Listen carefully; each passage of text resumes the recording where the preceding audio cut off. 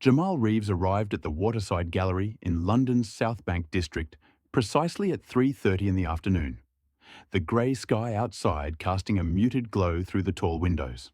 He carried 3 hefty canvases under his arm, each wrapped in brown craft paper and secured with gaffer tape. His heart thudded against his chest, not with nerves over technique, but with the weight of the stories those canvases held. Inside, the gallery felt cavernous and immaculate. White walls stretched uninterrupted overhead, and a single polished teak bench sat against the far wall beneath a track of adjustable spotlights. A faint hum of the building's HVAC system punctuated the silence. Jamal placed his canvases carefully on the floor, peeled back the tape, and unveiled the first painting. A turbulent swirl of crimson and onyx, streaked with charcoal scratches that seemed to pulse like a living wound. The overhead lights caught the gleam of wet acrylic, emphasizing every ridge and valley of impassioned brushwork. Before he could unearth the other two, the gallery's curator, Eleanor Hartley, her tailored grey blazer and silk scarf impeccable, emerged from an office at the back. Her expression was polite, but expectant, as though she already had reservations. She approached the painting, her black pumps clicking softly on the concrete floor. Jamal stepped back, arms folded, watching as she circled the canvas. Eleanor's finger hovered a mere inch above the surface, tracing the jagged edge of a charcoal slash. She exhaled, a soft sigh that carried no warmth. "Mr. Reeves," she said, voice calm but reserved, "this is certainly powerful. But I must ask, what emotion do you intend to convey here?" Jamal's throat tightened. He measured his words. "I'm channeling the collective anger and grief of a community that's been threatened and silenced," he replied, voice steady. "This piece is titled Rage, because sometimes rage is the only honest response to injustice." Eleanor nodded slowly, her gaze drifting upward to the high ceiling as if searching for the right diplomatic phrase. After a pause, she turned to the next canvas, an intimate, tormented portrait of a young child, tears rendered in thick white drips against a charcoal background. Each tear seemed weighted with sorrow and indignation. She reached out, fingertips just brushing the edge of the frame. "Sorrow," Jamal said before she could ask, "but sorrow born of broken promises and crushed hopes?" Eleanor's lips pressed into a thin line. She moved on to the third, a jagged depiction of London's skyline fractured by harsh slash marks, the Thames painted in bruised purples and venoms of green. "And this?" she asked. "Fracture," he answered, "when the foundations of a city fail its people." She stepped back, folding her arms. The silence that followed felt heavy. Then, with surprising abruptness, Eleanor shook her head. "Mr. Reeves, your technique is indisputable," she began, voice soft but firm. "Yet I'm afraid the atmosphere here is overwhelmingly angry. Our gallery specializes in emerging artists, but we prioritize work that uplifts or inspires calm reflection. I'm concerned these pieces will provoke discomfort rather than conversation." Jamal felt the air rush from his lungs. He opened his mouth, searching for retort, but found none. Eleanor gave him a small, apologetic smile. "I'm sorry," she said, "but I cannot include these in our upcoming exhibition." Then she raised her hand, signaling an attendant in the back room. 2 gallery staff appeared, wrapping the canvases once more in brown paper, their movements efficient and detached. As they carried away his paintings, Jamal remained rooted to the spot under the stark spotlight, 3 empty spaces glaring like open wounds. The polished bench, now the lone witness, reflected his hollow resolve. With his canvases gone, the gallery's white walls seemed colder, more impenetrable than ever. Gathering his pack and brushes, Jamal turned away, stepping back into the London drizzle with a vow echoing in his mind. If one gallery could not bear the truth he painted, then another would, and soon the whole world would have to listen. By the following morning, word of Jamal's rejection had spread beyond the placid galleries of London's South Bank into the turbulent currents of social media.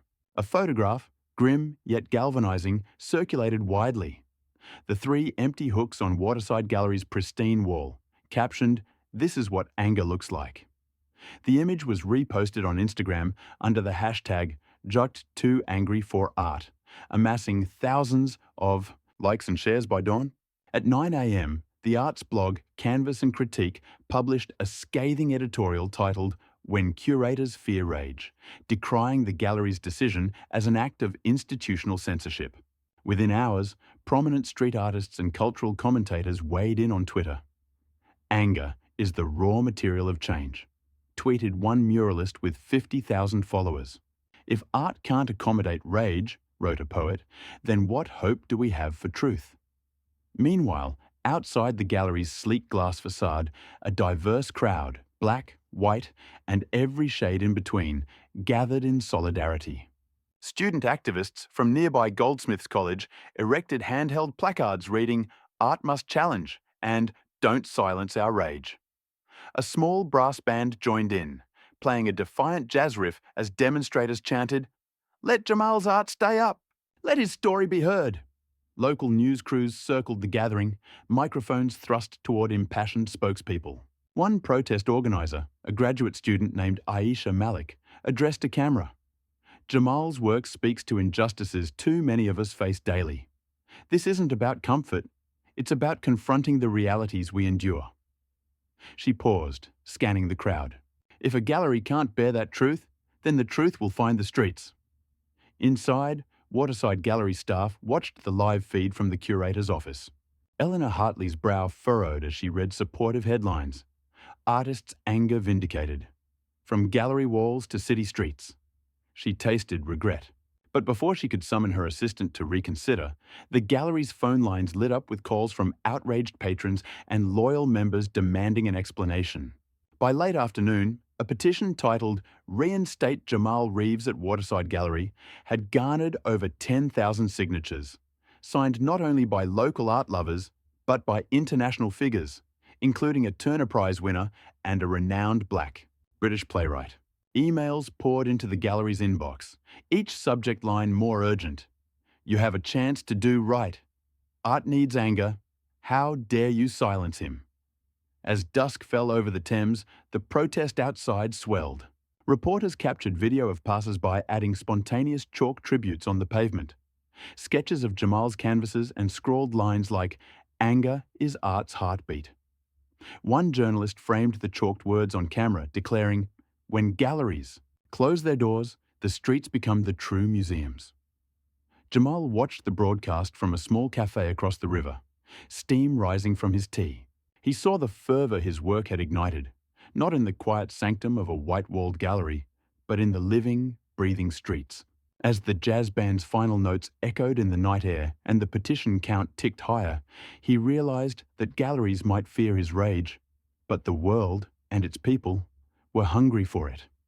Late one evening, under a veil of London fog, a discreet envelope arrived at Jamal's flat near Borough Market. Inside was a single-page invitation, hand-stamped with a minimalist stencil of Malik's "Art Belongs to the Streets" emblem and the words, "You are invited. Underground exhibition. From Rage to Resonance. Saturday, 10 p.m. Old Mill Warehouse, Bermondsey. Bring your canvases." Jamal's pulse quickened. He had heard whispers of a curator named Iris who championed marginalised voices, but nothing official, until now. That Saturday, he navigated the winding back streets of Bermondsey, past shuttered pubs and graffiti-streaked walls.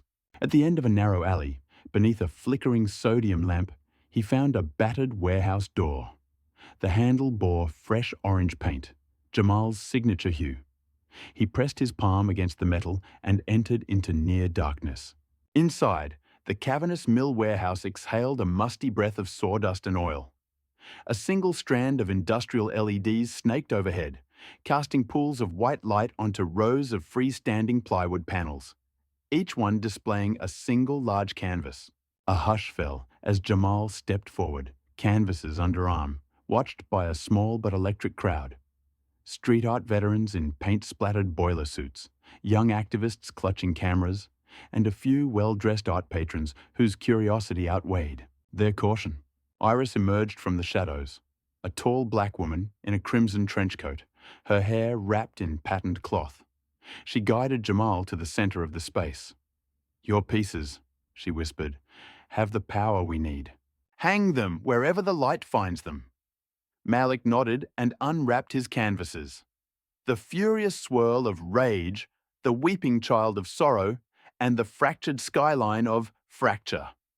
He selected a panel under the strongest LED beam and hung rage at eye level, its crimson depths throbbing in the stale air. As Jamal stepped back, Iris raised her hand and the LEDs dimmed except for narrow spotlights on each mural. A low murmur rippled through the crowd, anticipation crackling like static. Iris began the program. First, a poet recited a piece of protest verse beside sorrow, her voice trembling with empathy. Next, a jazz trio assembled under fracture, improvising a mournful melody that wove between the painting's jagged lines. Each performance, word, note, gesture, bounced off the canvases, forging a dialogue between visual art and sound. Then it was Jamal's moment. Iris handed him a mic rigged to a nearby speaker. He cleared his throat, heart heavy and voice steady. "This exhibition," he said, "is not just about anger, but about transforming that anger into resonance." He gestured to the paintings. "Each of these works carries a wound. Tonight, we acknowledge those wounds and let them sing." He recited a brief spoken word piece. From lecture halls that silence truth, to silent walls that scream in youth, we paint with fire, we paint with pain, so no voice drowned in rain remains. His words echoed through the warehouse, ricocheting off the plywood and mixing with the jazz undertones. The audience stood rapt, united by the raw power of art born from injustice. After Jamal's piece, Iris invited attendees to move freely, to lean close to the canvases, to discuss, to argue, to feel. People clustered around rage, tracing its charcoal scars with wide eyes. They knelt before sorrow, wiping away tears, and circled fracture, debating the broken skyline's symbolism. A group of photographers, invited by word of mouth, snapped high-contrast images, reflections of spotlit paint against grimy warehouse walls. Activists filmed short documentaries on their phones, capturing Jamal's impassioned monologue and the crowd's visceral reactions. By the time the DJ cued a set of protest anthem remixes, the warehouse had transformed into a pulsing hive of creative solidarity. As the night deepened, Jamal slipped away for a moment to stand beside his works in silence. The warehouse's cool air felt charged, alive with collective energy. In that underground sanctuary, far from gleaming white galleries, his art had found not only acceptance, but amplification. The words and rhythms of the crowd reaffirmed his belief. When anger is raw and unfiltered, it resonates deepest in the human heart. And as the first light of dawn tinged the warehouse windows, Jamal knew this resonance would soon carry his voice far beyond these hidden walls. That very evening, as the last of the crowd dispersed from the Bermondsey warehouse, Jamal's phone buzzed, with a message from an unlikely number, the curator of the National Gallery. The terse text read simply, "Meet me at Burlington House at dawn. We want your work." Jamal arrived before first light at the National Gallery's neoclassical portico on Trafalgar Square, its Corinthian columns glowing faintly in the early morning mist. Inside, he was ushered through empty halls, side corridors lined with Rembrandts and Turners, until he reached the expansive Sainsbury wing, its limestone walls stark and ready. There, standing beneath a vaulted ceiling and flanked by towering pilasters, was Lady Margaret Cavendish, the gallery's director of modern acquisitions. Her silver hair was swept back, and in her hands she held the exact same 3 canvases that had been torn from the Waterside Gallery just days before. "Mr. Reeves," she said, voice low but urgent, "your work stirred a conversation that our walls desperately needed. We believe these pieces belong here." She guided him to a central alcove where scaffolding had been erected and the LED track lights had been refocused. "We move quickly," she explained. "By noon, your paintings will hang between Turner's moonlit seascapes and Constable's storms, placing your rage, sorrow, and fracture in dialogue with centuries of British art." Jamal stepped forward, heart thundering as he peeled back the Deo craft paper coverings. The first canvas, Rage, now confronted the solemn grandeur of J.M.W. Turner's swirling skies. He felt the heat of confrontation, the hum of centuries of artistic authority meeting his own raw emotion. Behind him, Cavendish nodded approvingly. As technicians secured Rage to its brass hooks, Jamal moved to the second panel. Sorrow, its child's tearful gaze now mirrored by Gainsborough's delicate portraits across the hall. Each tear in charcoal seemed to echo the finer brushstrokes of yesteryear, bridging intimate grief and aristocratic poise. He stepped back to admire the alignment before the handlers lifted Fracture into place, a jagged skyline split by angry slashes, positioned opposite Constable's turbulent skies. By 11 o'clock, the installation was complete. Lady Cavendish drew Jamal to a brass plaque being affixed to the wall. Jamal Reeves' Rage, Sorrow, Fracture, 2025. Commissioned by the National Gallery in recognition of art's power to confront social truths. With that final touch, Cavendish stepped aside and rang a small bell. The huge oak doors swung open to admit the morning's first visitors, school children on guided tours, early arriving critics, and curious Londoners. Gasps echoed as they stepped into the alcove, their eyes widening at the sight of Jamal's canvases glowing amid the gallery's storied collection. A tour guide paused mid-sentence, redirecting her group. And here, between Turner and Constable, you see the work of a contemporary artist whose anger became a catalyst for change. Cameras clicked as journalists captured the moment. And within minutes, the gallery's public address system announced a special lunchtime talk by Jamal Reeves himself. As Jamal watched visitors cluster around his work, reading the plaque, whispering to one another, pointing out charcoal lines and drips of paint, he felt a profound vindication. The halls that once dismissed him as too angry now bore witness to his truth. In placing his work alongside the nation's treasures, the National Gallery had not only validated his voice, but amplified it for the world to hear. That afternoon, the National Gallery's press office issued a terse, 8-word headline that rippled through every newswire. National Gallery acquires Reeves's trilogy, opens today. Within minutes, the gallery's website homepage updated with a high-resolution photograph of Rage, Sorrow, and Fracture, hung side by side beneath the coffered ceiling. A countdown widget ticked toward the 3:00 p.m. unveiling. By 11 a.m., journalists from The Guardian, BBC Arts, and Art Review had gathered on Trafalgar Square, their cameras trained on the gallery's grand steps. National and international reporters streamed live updates. Contemporary storm at the National Gallery, street art storms the halls of power, and from South Bank rejection to Trafalgar triumph. In a tidy corner of the press room, an official gallery statement was printed in 23 languages, celebrating Jamal Reeves's fearless interrogation of modern society and promising a public conversation of unprecedented scope. Inside the Sainsbury Wing's central alcove, the first visitors, art students clutching notebooks, pensioners in tweed coats, families with strollers, lined up beneath the guarded velvet rope. At precisely 2:55 p.m, a hush fell. Lady Margaret Cavendish, flanked by the gallery's Director of Education and the British Minister for Culture, stepped forward. She raised a ceremonial mallet and struck a small bronze plaque. Here begins a new chapter of dialogue between past and present. As the rope was drawn aside, a wave of gasps and applause carried through the hall.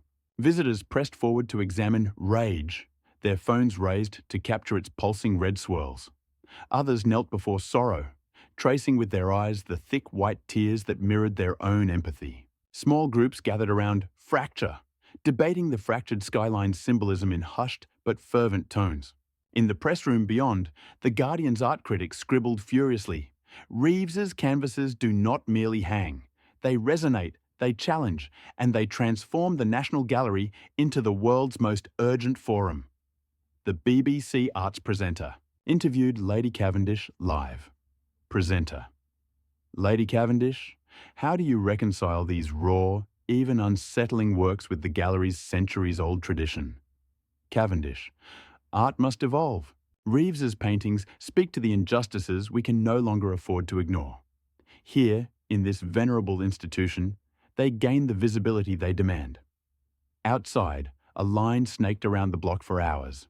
Street vendors sold miniature prints of the 3 paintings labelled Rage, Sorrow, and Fracture, while QR-coded flyers directed visitors to an online forum where they could post reflections on each piece.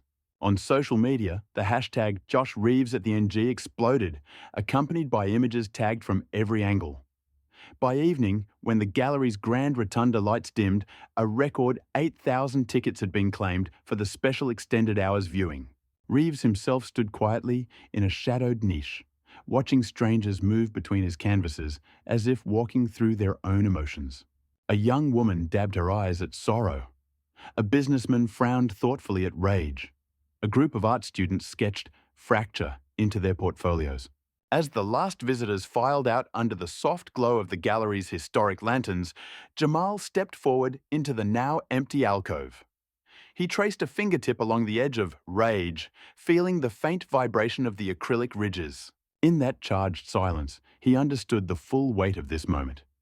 His once expelled works had not only conquered the world's foremost museum, but had ignited conversations that would reverberate far beyond its walls. And as he turned toward the exit, he carried with him the fierce certainty that art, no matter how angry, must never be silenced again. In the weeks that followed the triumphant unveiling, the National Gallery's acquisition of Jamal Reeves's trilogy sparked seismic shifts across the art world and beyond. Academic and curatorial reckoning. Within days, leading art history journals published special issues interrogating the role of political anger in high culture. The Burlington magazine ran an essay by a University of Oxford professor titled Rage and Refinement: When Street Art Enters the Halls of Power, while Art Forum devoted its editorial to Picturing Protest, Reeves's Impact on Museum Practices. Curators from Tate Modern to MoMA convened emergency roundtables, some virtual, some in London's stately clubroom, debating how to integrate works of raw social critique into their own canon. The consensus was clear. Institutions could no longer sideline art that challenged their comfort zones. Policy and funding shifts backed by growing public pressure, the UK Arts Council announced a landmark funding initiative, the Public Voices Programme, earmarking $10 million for exhibitions that foreground underrepresented voices and protest art. Grants prioritised partnerships between established museums and grassroots collectives, a direct outgrowth of Reeves's journey from rejection to recognition. Similar policies emerged across Europe. Germany's Stiftung Kunstfonds launched a rapid response fund for politically engaged artists, and France's Ministry of Culture expanded its Ville en Art grants to cover street-to-museum residencies, education and curriculum reform. In academic halls, Jamal's story became case study material. At Goldsmiths and the Royal College of Art, new courses, Institutional Disobedience and Protest Painting, went from pilot modules to core requirements. Syllabi incorporated Reeves's Ivy to Louvre arc, examining how art can catalyse policy and shape public discourse. The University of Cambridge even hosted a symposium titled Walls That Speak, bringing together political theorists, sociologists, and artists to explore the transformative power of public anger rendered in pigment, community, and global outreach. Meanwhile, under Reeves's leadership, the recently established Reeves Public Art Fellowship, endowed by private patrons and matched by the National Gallery, awarded stipends to 20 emerging artists to realise murals in underserved urban neighbourhoods. Projects ranged from a climate justice mural in Marseille to a tribute to migrant workers in Milan. Each installation was accompanied by community workshops, ensuring that the public was both audience and co-creator. Jamal Reeves at Kering Foundation Summit. In January, Jamal was invited as keynote speaker to the Kering Foundation's Global Arts for Change Summit in Paris. There, on a panel with Nobel laureates and museum directors, he spoke of art's duty to unsettle. If museums fear anger, they fear the people whose stories they must tell. His address, broadcast live in 6 languages, concluded with an impromptu screening of his warehouse exhibition footage, eliciting a standing ovation that resonated through the Gilded Hall. Enduring legacy. By the end of the year, Reeves's influence had reconfigured the art ecosystem. Exhibitions of political art were no longer niche side projects, but marquee events. Policy frameworks funded socially engaged art at unprecedented scale. And a new generation of artists, diverse, defiant, and unafraid, found institutional pathways that Jamal had once been denied. As Reeves walked the gallery steps one crisp spring morning, past the same alcove where rage, sorrow, and fracture had first taken their place among the masters, he saw students sketching, visitors debating, and staff enacting policies he'd inspired. In the quiet triumph of that moment, he understood that true change arrives when anger is given permission to echo, not just in the streets, but in the storied chambers of history itself. 2 years after his triumphant acquisition by the National Gallery, Jamal Reeves returned to Trafalgar Square for the grand opening of the Reeves Public Art Pavilion, a purpose-built wing dedicated to protest art and community-driven exhibitions. The pavilion's facade, a sweeping expanse of glass and pale limestone, is emblazoned with Reeves's own mantra, carved into the stone: "Where walls divide, art unites." Inside, under a vaulted atrium lit by sky panels, Reeves stood before a packed audience of policymakers, museum directors, and grassroots artists from every continent. He'd been invited to inaugurate the pavilion with a talk titled "From Rejection to Resonance: The Power of Angry Art." As he stepped to the lectern, a curved LED wall behind him looped time-lapse footage of key moments in his journey. The empty hooks in London's South Bank Gallery, the clandestine murals in Bermondsey, the Dawn installation in the National Gallery. He began by recalling that grey afternoon when his canvases were branded "too angry" and cast aside. His voice carried through the hall. "I was told my anger was unwelcome in the halls of refinement. Tonight, that anger stands at the centre of this institution, visible, honoured, and alive." He paused as the crowd leaned in. Behind him, the LED wall transitioned to live feeds from 5 satellite pavilions in Johannesburg, São Paulo, Mumbai, Berlin, and New York, each displaying Reeves-inspired works by local artists. He continued, "Art is not meant to comfort the comfortable. It is meant to unmask injustice and give voice to the silenced." Next, Reeves introduced the pavilion's flagship exhibition, Global Echoes: Anger in Colour.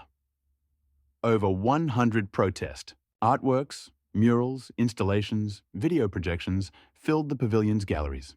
A massive mural from Johannesburg depicted a clenched fist breaking a chain of barbed wire. A São Paulo collective's time-lapse projection showed walls transforming into canvases of hope. A Berlin installation scattered shards of broken mirrors to reflect viewers' own faces alongside slogans of dissent. Reeves led the audience on a guided tour, pausing at each piece to share the artist's stories of displacement, discrimination, and resistance. At midday, a panel discussion convened with Reeves, Lady Margaret Cavendish, and Aisha Malik, the student activist who once organised protests at Waterside Gallery. They debated the ongoing struggle between institutions and public expression. Malik recounted how Reeves's fight had empowered student movements worldwide. "He showed us that anger isn't a vice, it's a catalyst." Cavendish, once the curator who invited him into the National Gallery, reflected on institutional transformation. "Jamal didn't just change our walls, he changed our hearts." In the afternoon, Reeves unveiled the Thompson Fellowship for Civic Art, a $5 million endowment to fund socially engaged art projects in underserved communities. He announced the first round of grantees: muralists in Detroit rebuilding abandoned facades, digital artists in Manila documenting climate refugees, performance troupes in Istanbul staging interactive street pieces. Each recipient stepped forward to receive their award as Reeves shook hands and offered encouragement. As dusk fell, the pavilion's skylights opened to reveal a purple-pink sky over the London skyline. Reeves joined the assembled artists in a rooftop paint jam. Hands dipped in neon paints, brushes sweeping across a 10-foot communal canvas that overlooked the city. The final work, a riot of colour and slogans, read simply, "Our anger, our art, our future." When the evening ended, Reeves stood on the rooftop's edge, city lights glittering below, and reflected on how far the conversation had come. From the gallery that feared his rage to a global pavilion celebrating protest art, his journey had transformed not only walls, but institutions, policies, and hearts. In that moment, he knew his legacy was not just the paintings on the walls, but the permission he'd secured for generations of artists to wield anger as a force for unity and change.